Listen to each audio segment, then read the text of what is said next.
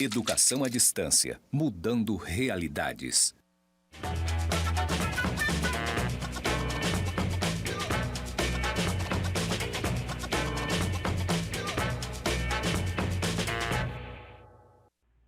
Olá, queridos alunos, queridas alunas.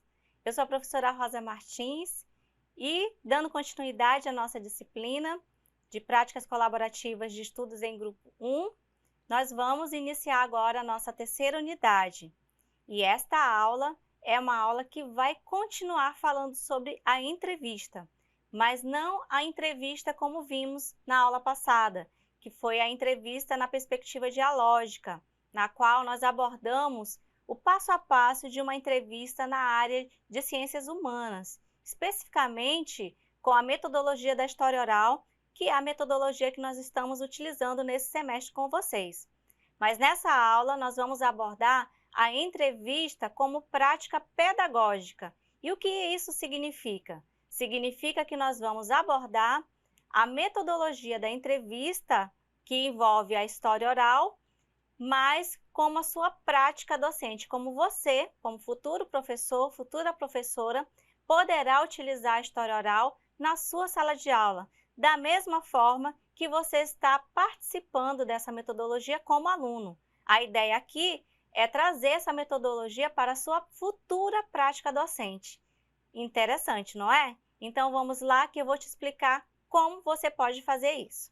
Então, apresentando um pouquinho da nossa unidade, essa unidade ela inicia em maio agora, dia 12, até o dia 28 de maio, e o conteúdo principal dessa unidade é ensino-aprendizagem na perspectiva freiriana, o uso pedagógico de entrevistas e revisão e reescrita textual.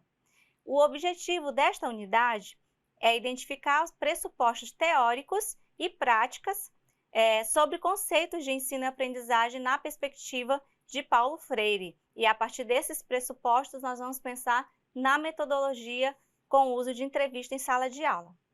O que vamos fazer nesta unidade? Nessa unidade, você vai se reunir em grupo para ler e discutir a carta de Paulo Freire aos professores, disponível no link que está no nosso AVA e também no nosso roteiro. Também você vai realizar a leitura de um texto muito importante, na verdade é um livro, eu destinei aqui algumas páginas, mas você poderá realizar a leitura do livro inteiro, que trata sobre história oral na sala de aula. Este livro está na plataforma Minha Biblioteca. E a aula de hoje, por exemplo, é baseada neste livro e também no texto de Paulo Freire aos professores. E, por fim, você vai participar da nossa aula síncrona, que vai ser o momento que nós vamos discutir esses dois textos. Então, vamos lá. Primeiramente, eu vou falar um pouco sobre a carta de Paulo Freire aos professores. E ele intitula como Ensinar a Aprender, Leitura do Mundo, Leitura da Palavra. Então, neste momento, nós vamos fazer algumas reflexões que vão pontuar questões importantes para a sua prática como professor, como professora, a partir do que Paulo Freire pensou sobre leitura, não apenas a leitura como nós entendemos, a leitura da palavra, a leitura de textos, mas a leitura que envolve toda a convivência humana, que ele chama de leitura de mundo. E nós vamos entender um pouco mais sobre esse conceito. O que nós pensamos, o que Paulo Freire pensou quando ele propôs esse termo leitura de mundo. Então vamos lá. Aqui eu vou destacar alguns pontos sobre o ensino e aprendizagem na perspectiva freiriana a partir da carta que ele escreveu aos professores. Primeiramente, que não existe ensinar sem aprender. Se nós ensinamos, já pressupõe que o outro aprende, e não apenas o outro a quem destinamos os nossos ensinamentos ou as nossas ensinagens, como Paulo Freire fala, mas aquele que ensina também, ele realiza um processo de autoaprendizagem, de autoformação, que é o que nós vamos falar um pouquinho sobre isso agora. O ensinante, ele não aprende somente através dos erros, mas apesar desses erros, ou com esses erros, ele se mantém disponível para aprender. O ensinante é o que aprende primeiro e reaprende ao ensinar. Paulo Freire não está defendendo aqui que o professor ele não é responsável pela sua aprendizagem, ou que ele deve saber depois dos alunos. Não, o professor é o que aprende primeiro. Ele vai buscar aquelas informações, ele vai construir aquelas relações inicialmente primeiro que os alunos, para que ele possa compartilhar com esses alunos e ao mesmo tempo aprender. Ele se dispõe sempre a aprender. Então, a aprendizagem docente acontece durante toda a sua carreira, durante toda a sua vida. Mas ele é responsável, sim, por buscar antes dos seus alunos. Ou seja, ele não vai chegar numa sala de aula totalmente despreparado sobre aquele assunto que ele deve trabalhar em sala de aula, porque ele se sente no nível dos alunos. Porque para Paulo Freire, aprender não significa você ser mais. Aprender significa você ajudar mais. Então, outro ponto importante é que é preciso engravidar-se da curiosidade quase virgem dos alunos. Então, Paulo Freire defende que a curiosidade é algo que nós devemos manter na nossa profissão. Não é porque você já ministra aquela disciplina durante muitos anos que você já sabe tudo sobre ela. Então, a curiosidade é algo que a gente precisa reaprender todas as nossas vezes que entramos numa sala de aula. E os melhores professores da curiosidade são os alunos, especialmente as crianças. Professores da educação infantil sabem muito bem do que eu estou dizendo. É uma aprendizagem todos os dias. Não existe um modelo específico para a educação, seja em qualquer nível. A aprendizagem parte de princípios, pressupostos, que são alguns eu estou tratando aqui hoje na aula, mas é preciso que o professor esteja disponível para aprender sempre. Outra questão importante que Paulo Freire destaca é que ensinar um conteúdo não é ensinar uma competência, e que a responsabilidade ética, política e profissional do ensinante lhe coloca o dever de se preparar, de se capacitar, de se formar antes mesmo de iniciar a sua atividade docente. E isso vocês estão fazendo. Vocês estão se preparando para ser professor ou professora. Então, essa é uma responsabilidade ética e social que vocês estão assumindo diante da sua profissão, antes de exercê-la. Mas também durante o exercício da profissão você tem a responsabilidade de continuar aprendendo e fazendo o seu melhor. Um destaque com relação à competência. O conteúdo, ele é importante para o desenvolvimento do seu aluno e o seu desenvolvimento, mas a capacidade de fazer, de construir, você não é isso que você ensina ao aluno. Você vai buscar ajudá-lo com ferramentas, mas ele precisa também construir as suas próprias formas de autonomia. Então, ensinar é, antes de tudo, ensinar a ter autonomia. Então, é importante dizer isso porque muitas vezes nós pensamos que devemos fazer pelos alunos, especialmente no ensino fundamental, professores de ensino fundamental. E, na verdade, não. O professor ele precisa criar estratégias para que seu aluno queira aprender e continue aprendendo, ainda que seu professor passe por ele, assim como outros professores passarão. Então, é importante também dizer isso, que o professor ele não é o responsável por toda a aprendizagem do aluno. Ele ajuda o aluno a construir a sua autonomia. Continuando, nós vamos falar um pouco agora sobre outras questões que envolvem a Carta de Paulo Freire aos professores. Primeiro ponto é sobre a leitura de mundo. O que é a leitura de mundo? Ouvimos isso sempre em todas as leituras que fazemos, em rodas de conversa sobre Paulo Freire. Mas você sabe exatamente o que é isso? Primeiro, o conceito de leitura de mundo está relacionado à leitura da experiência anterior. Quando falamos em leitura de mundo, estamos falando que aquele indivíduo ele tem uma vida fora da escola. Ele teve uma vida antes de entrar na escola e ele vai ter uma vida depois também. E quando nós falamos de criança, a ideia, muitas vezes, é que a criança chega até a escola sem saber nada. Isso é inverdade, porque, inclusive, os bebês, eles têm uma experiência de vida antes de entrar ali na creche. Então, é importante dizer que a leitura anterior é o que consiste, é o que constitui a leitura de mundo. Então, para pensar em leitura de mundo, é importante a gente conhecer e buscar utilizar esses conhecimentos anteriores do aluno na sala de aula. A gente fala muito de conhecimentos prévios, mas não estamos falando necessariamente do que a pessoa sabe fazer. Lembra que ensinar um conteúdo não é ensinar uma competência? Não é exatamente o que o aluno sabe fazer, mas como ele entende aquilo que ele faz, como ele percebe o mundo que ele vive, como ele se percebe no mundo. Isso sim é muito mais importante no processo de aprendizagem.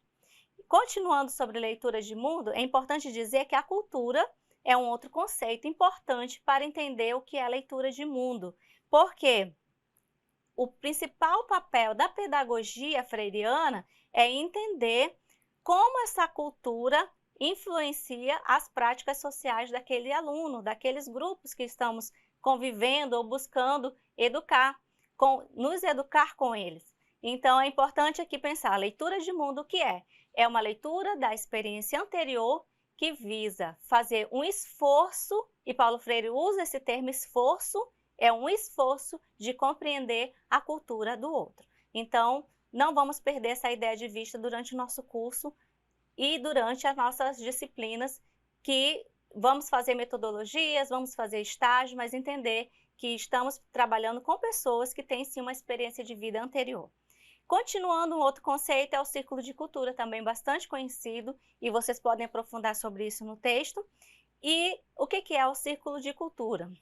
O círculo de cultura, o texto nos fala que é como uma teoria molhada da prática. Este exemplo de teoria molhada da prática, quando você, por exemplo, pega uma toalha e você molha essa toalha, você não enxerga a água muitas vezes dentro dessa toalha, mas a toalha está molhada, encharcada, a água está dentro dela. Então é importante pensar no círculo de cultura que há uma indissociabilidade ali entre a vida e a teoria. Inclusive, Paulo Freire cita até um exemplo de algumas pessoas que estavam participando de um círculo de cultura organizado por ele, e que eram pessoas que estudavam aquele lugar de forma acadêmica, e eles, durante aqueles momentos de discussão, de conversa, de diálogo sobre aquele lugar, eles pararam um pouco e olharam em volta e disseram, olha, eu não sabia, então este lugar eu não conhecia, porque eu não percebi aquele lugar. Eu estava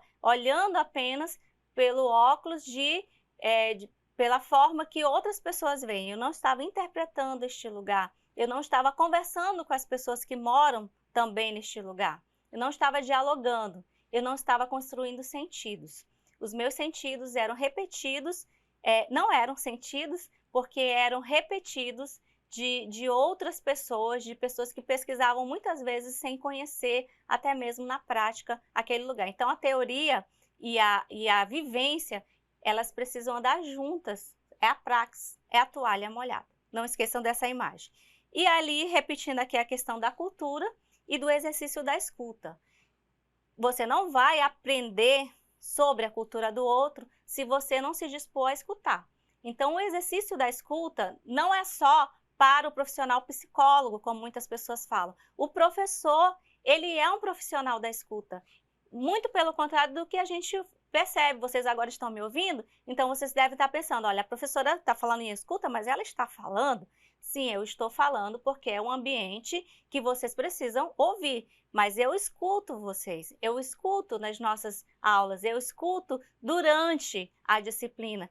Porque o exercício da escuta é fundamental para a aprendizagem. Você não ensina se você apenas fala, se você apenas se expressa e você não ouve. Então, é importante que, até mesmo agora que eu estou falando, eu estou pensando naquilo que vocês poderão estar pensando sobre o que eu falo. Então, é um exercício de diálogo e um exercício constante de escuta. Não queremos ser o profissional da fala, simplesmente da exposição. Nós somos profissionais, acima de tudo, da escuta, especialmente quando eu estou falando com pessoas que vão ser professores de crianças. Então, vamos ser mais profissionais da escuta do que da fala. Isso é muito freiriano. Continuando, ainda falando do ensino na perspectiva freiriana, ensinar, já sabemos, já virou como um jargão, não é transferir conhecimento. Ensinar é, antes de tudo, estudar. Ou seja, ensinar significa aprender. Aquele professor, aquele profissional do ensino que não estuda, ele não ensina.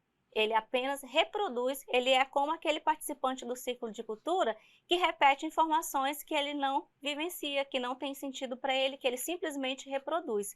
O professor é, acima de tudo, um estudante. E isso é importante na teoria de Paulo Freire, porque desmistifica uma ideia de que o professor é aquele que sabe tudo, que é o especialista, que é o único. Na verdade, o professor ele tem a responsabilidade de se preparar antes, isso aí a gente já viu, mas ele também, exatamente por essa responsabilidade, é que ele precisa continuar estudando.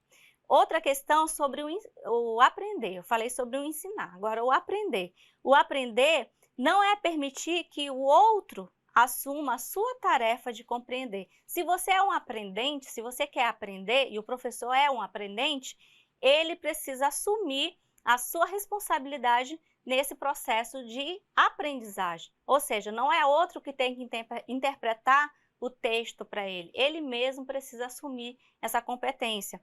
E é também compartilhar aquilo que ele conseguiu aprender. Então, é um processo de assumir a sua responsabilidade diante do conhecimento e também de compartilhar aquilo que teve um significado para ele. Então, o que eu estou fazendo para vocês? Eu tenho uma vivência com o texto de Paulo Freire e eu estou compartilhando com vocês as ideias, as leituras que eu tenho sobre ele. Mas essas são as minhas interpretações. Você, como aprendente, não deve deixar na minha mão aquilo que é sua responsabilidade, que é a sua aprendizagem. Eu não sou responsável pela sua aprendizagem, você que é. Eu sou responsável pela minha aprendizagem. O que eu estou fazendo aqui é compartilhar com você aquilo que eu aprendi. E fazendo um resumo do que eu acabei de falar, onde nós percebemos esse cruzamento do ensinar e do aprender, em dois eixos principais, que é a leitura e a escrita. Como vocês serão profissionais de alfabetização também, vocês trabalharão com crianças que serão alfabetizadas, estarão na fase de alfabetização, ou com professores que alfabetizam como coordenadores pedagógicos, por exemplo, vocês precisam pensar que esse processo de aquisição de leitura, de escrita, são processos que acontecem de forma concomitante. Muitas vezes a gente vê teorias e métodos pedagógicos que distinguem. Primeiro a criança aprende a ler, depois ela aprende a escrever. E, na verdade, quando pensamos numa pedagogia freiriana, que é a essência do nosso curso, nós vamos trabalhar com esses processos de forma concomitante. A leitura e a escrita são construções de sentido que acontecem ao mesmo tempo. E isso, guardem, porque nós vamos discutir muito isso no curso de pedagogia.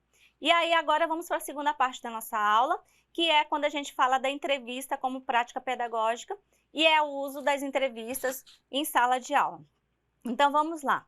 O trabalho com as fontes orais pode responder a problemas diversos de diversas disciplinas, produzindo o quê? Um novo conhecimento sobre temas que foram estudados e também uma motivação e articulação entre conteúdos de diferentes disciplinas. O que isso quer dizer? Vocês estão vivenciando agora um projeto interdisciplinar que envolve 7 disciplinas do curso de pedagogia no primeiro período. Esse projeto tem como eixo a história oral de vida de um professor. Então, vocês estão entrevistando, vocês estão, já textualizaram, agora vocês estão transcriando e finalizando a entrevista de vocês. Vocês estão fazendo um trabalho de história oral com um professor da educação básica. Esse trabalho é interdisciplinar e vocês observaram que as disciplinas não sumiram. A interdisciplinaridade não é a anulação da disciplina. O que transcende a isso é a transdisciplinaridade. Aí não existe disciplina, mas nós não estamos nesse ponto. Nós estamos fazendo um trabalho interdisciplinar, ou seja, as disciplinas existem, é uma relação entre elas, ok? Então vamos lá. Todas as disciplinas têm questões específicas que vocês precisam perguntar aos professores. Então essa articulação entre essas questões que vão construir o conhecimento sobre o fenômeno que nós estamos estudando, que é o magistério, que é a formação do professor. Então, é importante dizer que o trabalho com fontes orais, que é o que a gente está fazendo, a entrevista oral gravada, é um trabalho de reflexão e é um trabalho de textualização da oralidade. Ou seja, vocês estão fazendo diversos processos cognitivos durante esse semestre de forma interdisciplinar. E é isso que eu vou ensinar para vocês a fazer na sua sala de aula como professor. Você está participando como aluno e agora você vai participar como professor. Vamos lá, então. A entrevista, então, ela tem como foco desenvolver trocas interculturais e intergeracionais. Você pode trabalhar com pessoas de diferentes idades, de diferentes culturas. A entrevista também nos ensina a ter um exercício da escuta, que é aquilo que eu falei que Paulo Freire defende lá no Círculo de Cultura, que nós vimos, que é para a gente entender também ali a leitura do mundo, a experiência anterior do outro, então o exercício da escuta. E isso tudo a gente vai consolidar em um projeto. Este projeto de história oral é um projeto que você pode desenvolver com a sua turminha lá. Quando eu falo turminha, é a turminha dos pequenos ali da educação infantil. Você também pode trabalhar com a turminha do ensino médio, com professores do ensino médio, com professores do ensino fundamental ou com a sua turma do ensino fundamental do 1º ao 5º ano também. Então você pode trabalhar tanto como professor quanto como coordenador pedagógico ou orientador educacional. E isso que eu estou falando é consolidado em um projeto. Não faça nada sem escrever um projeto. Então vamos lá para a história oral em sala de aula. Primeiro você precisa definir estratégias pedagógicas, e isso envolver os alunos, os outros professores, se é, por exemplo, o ensino fundamental 2, você pode envolver outras disciplinas. Quais são as disciplinas envolvidas? O que se espera, né, em cada uma dessas disciplinas? Quais são os objetivos também deste projeto? Então, é importante que você defina essas questões antes de iniciar o projeto. Uma outra questão é preparar os alunos que vão participar do projeto. Eles precisam saber o que vai acontecer, qual é o objetivo, o que eles vão fazer. Eles precisam entender o sentido, precisa construir um sentido para eles também. A atividade de campo é fundamental num projeto de história oral. Quando eu falo em atividade de campo, é a execução do projeto, ou seja, a gravação em loco. Por isso eu pedi a vocês, não façam entrevista via Meet, façam entrevista presencial. Quem mora lá em Taquatiara, quem mora lá em São Paulo, em Goiânia, quem mora em Manaus, quem mora em São Paulo, quem mora em Machadinho, quem mora em Theobroma, todo mundo está fazendo entrevista presencial. Quem mora em Porto Velho, por quê? Porque o nosso projeto é um projeto coerente com a pedagogia freiriana. Então, nesse sentido, não é que você não possa fazer exercício da escuta via Meet. A gente usou o Meet muitas vezes e usa, mas nesse trabalho a gente quer uma relação presencial, um exercício de escuta, de gravação e de presença realmente física, porque já vivemos um bom tempo afastados aí na pandemia. E aqui é um trabalho de aproximação, né, da sua pessoa como futuro professor, aproximar você da escola e aproximar você do professor que atua nessa escola. Então, por isso a execução é presencial. No nosso caso, né? No seu caso, você pode também pensar em outras formas, mas pensando em crianças, obviamente a gente deseja que esse trabalho seja também presencial. E ali, depois da execução, tem o pós-campo, que é a transcrição, a textualização, todo aquele processo que vocês já aprenderam, já ensinei em outras aulas, a análise e a devolução social, que vem a ser a sua conferência da entrevista e depois a forma que você vai devolver para aquele grupo as entrevistas que você realizou. No nosso caso, nós estamos fazendo a devolução social por meio de poesia, por meio de canção, por meio de diferentes linguagens. Vocês podem fazer também essa devolução de diferentes formas, conforme o público que você está envolvendo no projeto. E ainda sobre a história oral em sala de aula, para que essas entrevistas tenham validade, sejam autorizadas, vocês vão usar a carta de sessão que vocês estão aprendendo na minha disciplina, como é que usa, como é que faz, como é que recebe, como é que explica. Também é recomendável que os alunos sejam estimulados a produzir formas de difusão. Os próprios alunos podem divulgar essas entrevistas na sua comunidade. E aqui temos algumas sugestões que foram dadas no livro que eu indiquei para vocês. uma exposição de painéis com fotos das histórias dos entrevistados, você pode fotografar, fazer um painel, isso aí na escola, por exemplo, a história dos pais, das crianças, das mães, dos avós, enfim. A criação de uma página no website da escola, com histórias coletadas, aí isso tudo tem que ter autorização, tá, gente? E entender bem o que vai ser colocado nesse site, tem que ser tudo autorizado. A produção de uma publicação de autoria dos alunos, por exemplo, um trabalho com desenhos, mapas mentais, enfim, várias possibilidades que vocês podem construir para apresentar esse resultado do projeto de história oral para a comunidade. E sobre ainda, com relação ao uso pedagógico das entrevistas, vou dar alguns exemplos de como você pode utilizar nas disciplinas específicas. Geografia, que é uma das áreas que eu atuo, eu vou destacar um exemplo dessa disciplina. Um exemplo de projeto com fontes orais na geografia poderia ser o quê? O estudo de transformações urbanas e ambientais na comunidade do entorno da escola. Os alunos poderiam entrevistar pessoas mais velhas que relatassem como eram as ruas, o bairro, a cidade, na época em que eles eram crianças. Quais transformações o espaço urbano sofreu, ou o espaço rural, dependendo de onde você vai fazer o trabalho. Perguntas sobre o ambiente seriam bem-vindas. Qualidade da água, saúde, presença de animais, mudanças nas áreas verdes. Aí aqui no nosso caso a gente pode falar do desmatamento, a gente pode falar do garimpo, a gente pode falar de diferentes situações que influenciam ali na questão ambiental do lugar onde aquelas pessoas moram. Então, por exemplo, eu fiz um trabalho lá em Nazaré, é um distrito aqui de Porto Velho, e a gente fez um trabalho lá com mapas mentais com as crianças da escola. E ali, para nossa surpresa, o rio não foi retratado pelas crianças. E o que foi bastante retratado foram as árvores, foram as frutas, um outro ambiente diferente da ideia que a gente imaginou que as crianças retratariam, que seria o rio.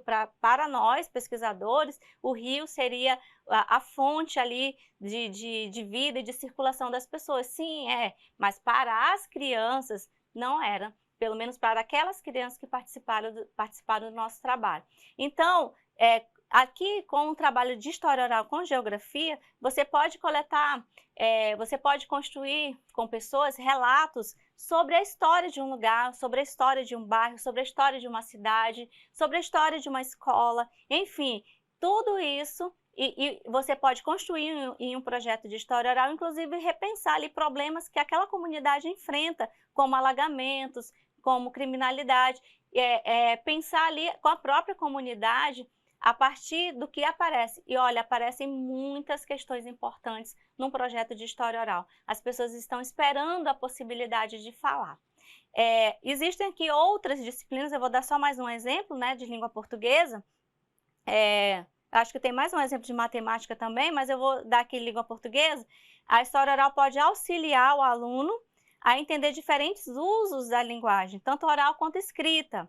Porque, como eu falei, você grava a fala e você depois textualiza, há uma transformação do oral para o escrito. E aqui uma sugestão um projeto poderia tratar das formas de expressão de diferentes comunidades e gerações, como se falava na época da minha avó, como se fala agora. Aqui em Porto Velho a gente tem, e nos ribeirinhos também, nas comunidades ribeirinhas, a gente tem muitos projetos que tratam sobre as formas de expressão, enfim, são questões importantes para a gente conhecer um pouco mais sobre a vida das pessoas e daquele lugar. Existe também o entrecruzamento de disciplinas, porque quando a gente fala em interdisciplinaridade, a gente está falando em cruzamento, em relação. Então, um projeto de história oral na escola, ele pode beneficiar a relação entre as disciplinas. Um exemplo que traria uma ótima integração entre as disciplinas seria a história da escola, ou a história daquela comunidade onde a escola está inserida. Então, é algo muito interessante que vai envolver também uma construção de pertencimento daquelas pessoas com a escola. Então, eu espero que essas ideias possam ter estimulado você a trabalhar com história oral na sua prática como professor. E aqui, finalizando já a nossa aula, existe aqui a relação da história oral com o desenvolvimento de habilidades. Quais sejam? A comunicação, a gente desenvolve no aluno essa habilidade de se comunicar, tanto oral quanto de forma escrita, a sensibilidade, o exercício da escuta, a cidadania, de pensar problemas sociais, a curiosidade de investigar questões que ele nunca tinha observado. E aqui um projeto de história oral, se você for trabalhar com um projeto de história oral, você precisa definir um tema, que é um assunto geral. Qual é a relação que as disciplinas vão ter? Você vai relacionar as disciplinas e dizer como cada uma vai ser enriquecida, né, com este projeto. Qual será o grupo entrevistado, ou seja, quais são os traços comuns que unem esse conjunto de pessoas. No caso que eu citei a vocês em uma das nossas aulas, eu comentei que eu pesquisei um grupo de professores de geografia. Então, eu defini um grupo a ser entrevistado, mas você pode definir usando qualquer critério, inclusive professores aposentados. Aí no caso de crianças, crianças que estão entrando na escola pela primeira vez, então você pode conversar sobre esse processo de adaptação, né, com os pais, com as próprias crianças. E também tem os objetivos, como é um projeto, né, onde você deseja chegar, os resultados esperados, qual é a contribuição desse projeto, os recursos necessários, recursos de tempo, quanto tempo vai durar, quantas pessoas e quem você vai precisar para ajudar, que materiais também você vai precisar. Quais são os procedimentos técnicos de realização da entrevista, como é que você vai entrar em contato com os entrevistados, como é que vai ser o agendamento das gravações, as autorizações de uso, as transcrições e as edições necessárias, e também a coleta de material complementar. Outros materiais a gente tem usado agora na nossa disciplina, objetos biográficos. Eu disse a vocês, por exemplo, um caderno que aquele professor usou lá na época da faculdade, um livro que marcou a sua vida, um filme, enfim. É importante que esses objetos, que a gente chama de objetos biográficos, eles marcam a nossa história e eles fazem parte da nossa formação e muitas vezes são objetos que nos ajudam a escolher rumos, a definir rumos ou nos ajudam a permanecer naquela profissão.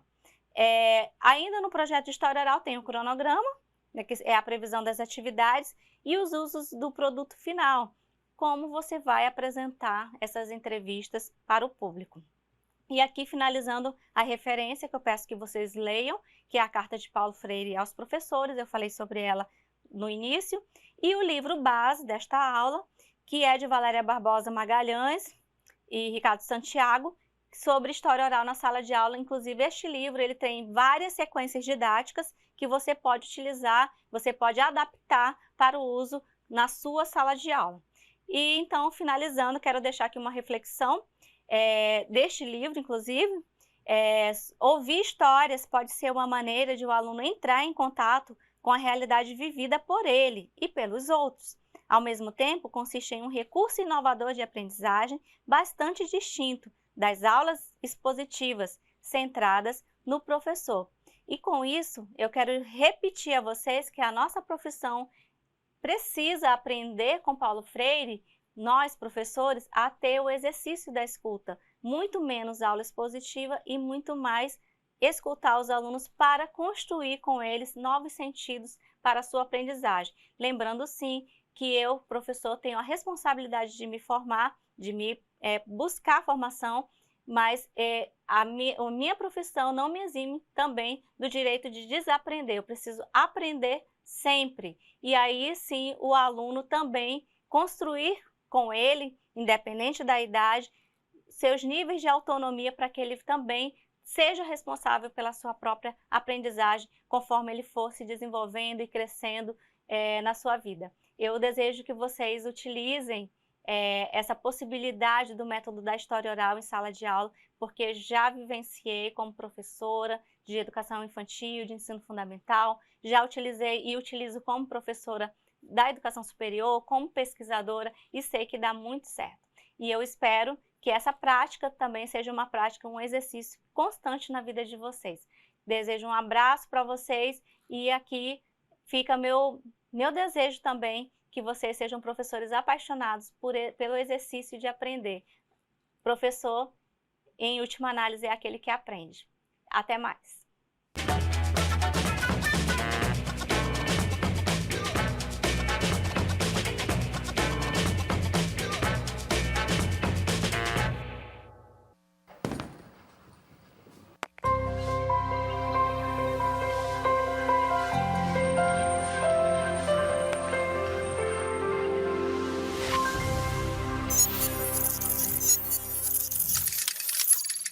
Educação à distância, mudando realidades.